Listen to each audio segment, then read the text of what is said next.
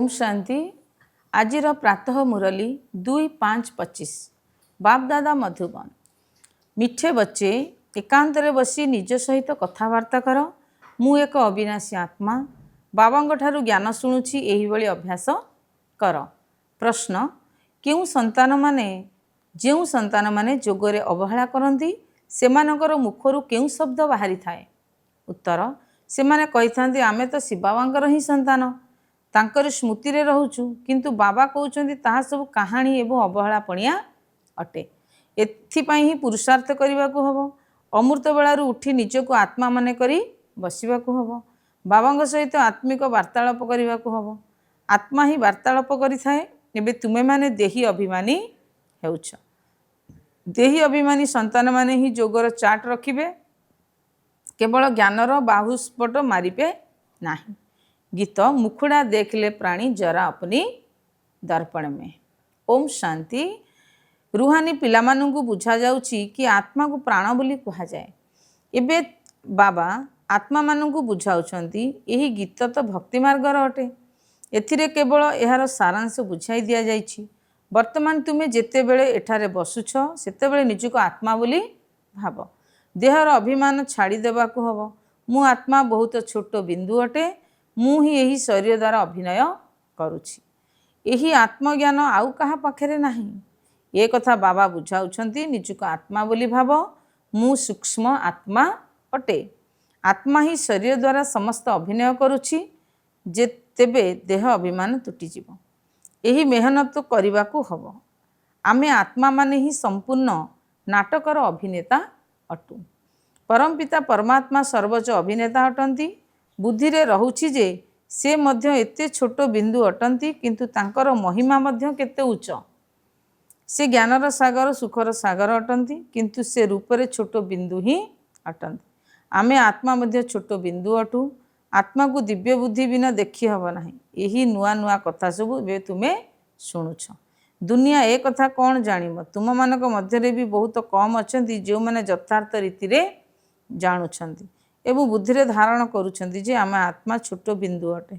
आमर पिता यही ड्रामार मुख्य अभिनेता अटंती। बाबा सर्वोच्च अभिनेता अटंती। पुणी अन्य सबु आत्मा माने अभिनय करबाकू आसीथांती। तुमे जानिछ बाबा ज्ञानर सागर अटंती, किंतु शरीर बिना तो ज्ञान शुणाई पारिबे नाही। से मध्य शरीर द्वारा ही कथबार्ता करिपारिबे। अशरीर हेबा द्वारा कर्मेंद्र गुड़िक अलगा हो जाए। भक्ति मार्ग रे तो देहधारी को ही स्मरण करिथां।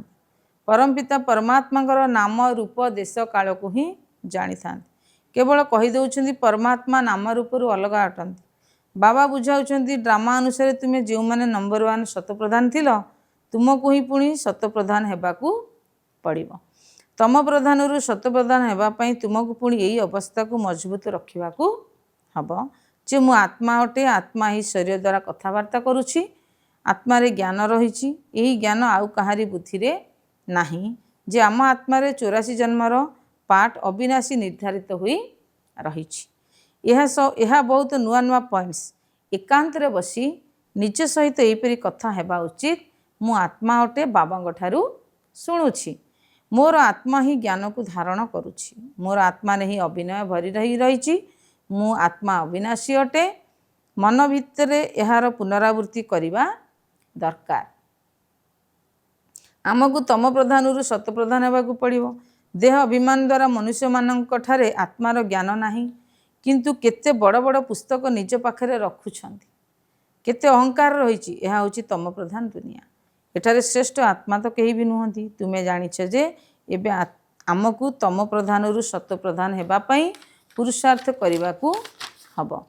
यही कथा को मन भितर घोषिबा उचित। ज्ञान शुणाइबा वाला तो बहुत अछंती, किंतु सेही भली भाबरे याद करि पारु नाहंती। भितर बहुत अंतर्मुखता रहिबा दरकार। आमको बाबांग स्मृति रे पतितरु पवित्र हेबाकू पड़िबो। केवल पंडित हेबार नाही, एही संबंध रे जणे पंडितंकर उदाहरण मध्य रहिछि। माता मानकु कहउतिले राम राम कहिले पार हेइ जीवो। एपरि बाहास्पटिया हुओ नाही। एही परि बहुत अछंती। बहुत भल बुझाउछंती, किंतु जोगो किछि हेले नाही। सारा दिन देह अभिमान रे रहिथांती। नचेत बाबांग पाखकू चाट पठाइबा उचित। मु एही समय उठुची, एते याद करुछि किछि समाचार देउनाहांती ज्ञानर बहुत फुटाणी मारुछंती जोग किछि हेले नाही जदिओ बड़ बड़ लोक माननकु ज्ञान देउछंती किंतु जोगरे दुर्बल अटंती अमृत बेलू उठी बाबा को याद करने को हम बाबा आपण केते परम प्रिय अटंती किपर यही विचित्र ड्रामा तैयारी होइछि केही भी यही रहस्य को जानी नांती ना आत्मा को ना परमात्मा को जानी वर्तमान समय मनुष्य माने पशु मानक ठारू हीन होई जाइछंती मु मध्य एहीपरि थिली मायार राज्य रे केते दुर्दशा होई जाउछि एही ज्ञान तुमे काहाको भी देई परिबो कुह तुमे आत्मा एवं तम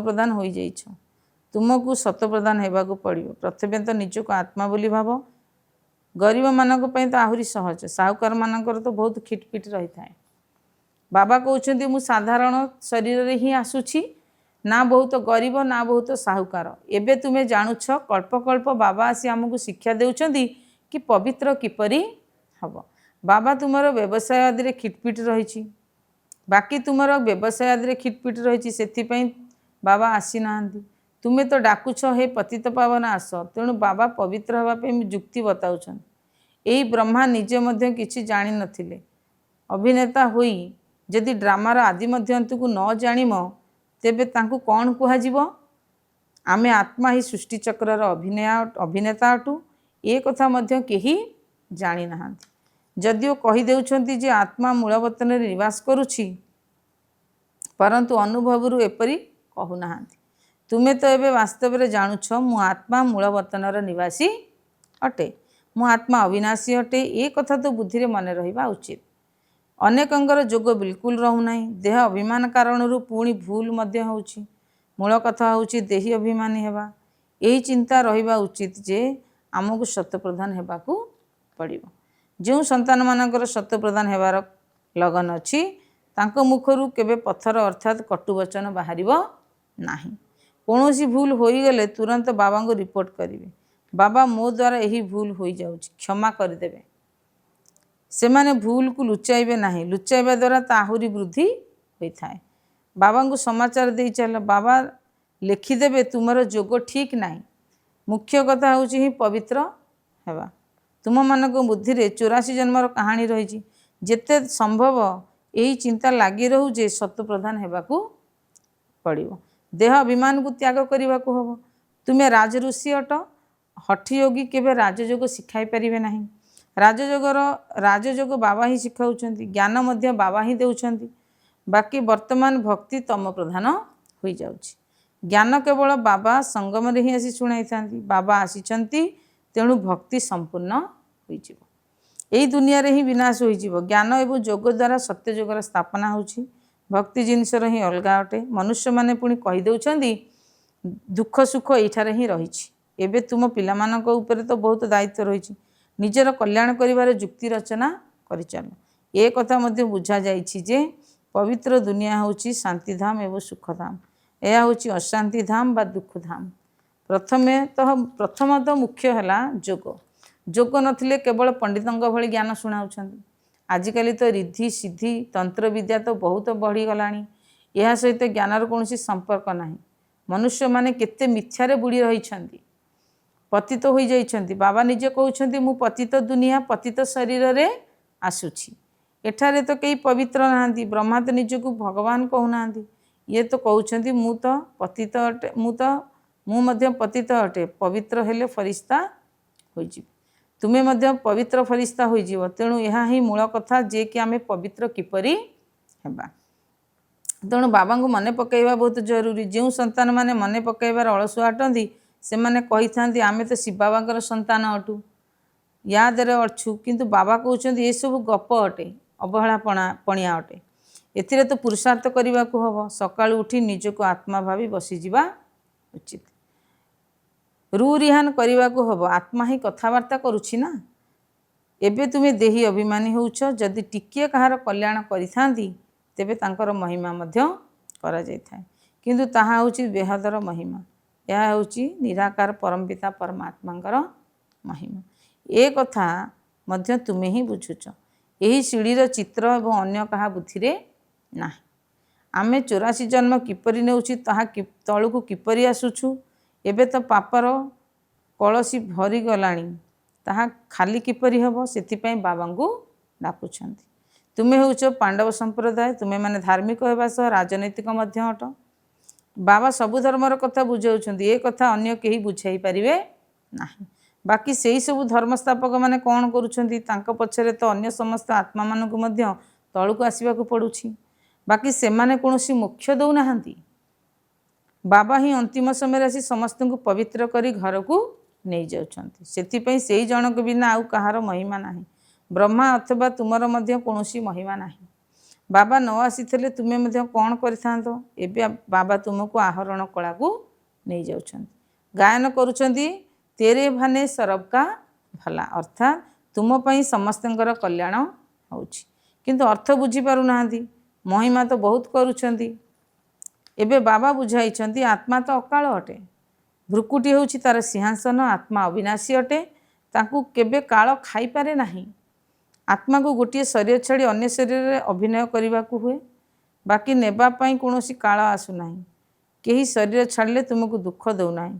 आत्मा शरीर छाड़ी अन्य पाठ बजाइबाकू गले कांदिबार भी कोनोसी आवश्यकता नाही। आमे आत्मा भाई भाई ओटो अटे, इहा मध्य तुमे एबे जानुछ। गायन करिथांती आत्मघात, आत्मा माने एवं परमात्मा अलग रहे बहुकाल। बाबा केउठी किपरि आसी मिसी थांती ए कथा मध्य केही जानि ना। एबे तुमको सबु कथार ज्ञान मिलुछि। केबे ठारु सुनि आसीछ। बाबा कोनोसी शास्त्र आदि पढ़ाउ नाहंती, केवल बुझाइबा निमंते उदाहरण देउछंती। बाबा सत्य, तेणु सत्य दुनिया स्थापन करुछंती। सत्य सुनाउछंती। सत्य रे विजय और मिथ्यारे पराजय होइथाए। सत्य बाबा सत्यखंडर स्थापना करुछंती। रावण ठारू तुमे बहुत हारिछ। एही खेल सब तैयारी होछि। एबे तुमे जानुछ आमर राज्य स्थापन होछि, पुणी अन्य धर्मावलंबी माने रहिबे नाही। एमाने मध्य समस्ते पछे आसीछंती। एही सृष्टि चक्र को बुद्धि रे रखिबा केते सहज अटे। जो माने पुरुषार्थी संतान अटंती से माने एतिरे खुशी रे हेबे नाही जे आमे ज्ञान बहुत भल शुणाउछु। ता सहित जोगयुक्त हेबे, दिव्य गुण मध्य धारण करिवे। तुमको बहुत बहुत मिठा हबाकू पड़िबो। काहाकू हेले दुख दियो नाही। स्नेहर सहित बुझाइबा दरकार। पवित्रता पाई मध्य केते हंगामा होछि। यह मध्य ड्रामा अनुसार चलीछि। यह पूर्व प्रस्तुत ड्रामा अटे। एपरि नुहे जे ड्रामा रे थिब तो मिलिबो ना, मेहनत करिबाकू हबो। देवता मानक सदृश दिव्य गुणधारी दैवी गुण धारण करने हम। लुण पानी हेबा अनुचित, देखिबा उचित जे आमे निजर उल्टा चलनी द्वारा बाबांकर सम्मान हानि करूनाहु। सद्गुरुंकर निंदुक ठाब मिलिब नाही। ये हूँ सत् पिता, सत् शिक्षक, सत् गुरु अटंती। आत्मा को एबे स्मृति आसुची।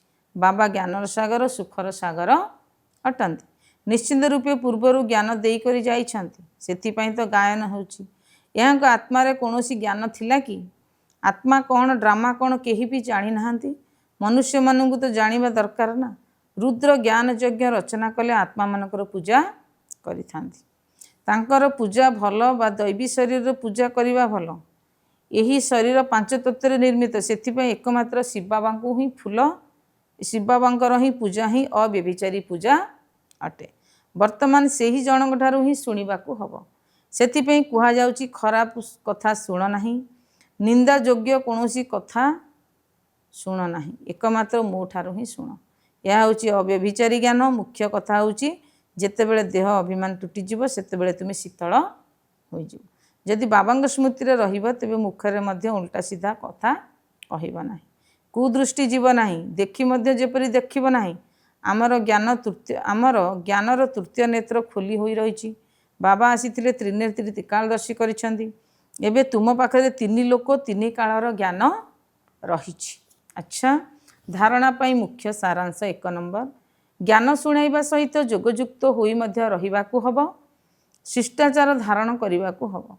बहुत मिठा हबाकू पड़िबो। मुखरु केबे हेले पत्थर अर्थात कटु वचन बाहर करिबा उचित नुहे। 2 नंबर, अंतर्मुख होई एकांतर बसी निज सहित कथबार्ता कर बा बाबांग सहित आत्मिक वार्तालाप करिबाकू हबो। पवित्र होबार उपाय बाहर करने को हम। सकाळु सकाळु उठी बाबा को बहुत स्नेहर सहित मन पकाइबा को हम। आजिर वरदान निजर वायरलेस सेट द्वारा विनाश काल रे अंतिम निर्देश गुड़ी को ग्रहण करने वाला वॉइसलेस अथवा निर्विकारी हुआ। विनाश समय रे अंतिम निर्देश को कैच करने बुद्धि वॉइसलेस होगा आवश्यक। दुनियार लोक माने जेपरी वायरलेस सेट द्वारा अन्य जनक पर्यंत निजर कथा गुड़ी को पहुँचाई पारुचंदी, सेहीपरि तुम मानकर वॉइसलेस अथवा संपूर्ण निर्विकारी बुद्धि ही वायरलेस सेट अटे। यही वायरलेस द्वारा तुमको संदेश मिलिबा जे अमुक सुरक्षित स्थान रे पहुँची जाओ। जो माने पिला मानकर बाबांकर स्मृति रे रहुथिबा निर्विकारी बुद्धि होइथिबे, जो मानकर अशरीर होबार अभ्यास होइथिबो, सेमाने महाविनाश रे विनाश हेबे नहीं, किंतु निजर इच्छा अनुसार शरीर त्याग करिवे। स्लोगान जोग को भूली कर्म रे व्यस्त रही जिबा एहा ही होची अवहेला पणिया। अव्यक्त इशारा आत्मिक राजकीयता सहित पवित्रतार व्यक्तित्व को धारण कर। पवित्रतार राजकीयता अर्थात एक व्रता हेबा। एकमात्र बाबा द्वितीय कहीं नुहे। यही ब्राह्मण जीवन रे संपूर्ण पवित्र हेबा पई एक व्रतार पाठ को पक्का करनियो। मनोवृत्ति रे शुभ भावना शुभकामना रहू। बुद्धि द्वारा समस्त को आत्मिक रूप रे बा फरिश्ता रूप रे देख। कर्म द्वारा प्रत्येक आत्मा को सुख दियो एवं दुख दियो नहीं, दुख नियो। जदि कहीं तुमको दुख दिए, गाली दिए बा अपमानित करे, तेबे भी तुम्हें सहनशीलतार देवी बा सहनशीलतार देवता हो जाओ। ओम शांति।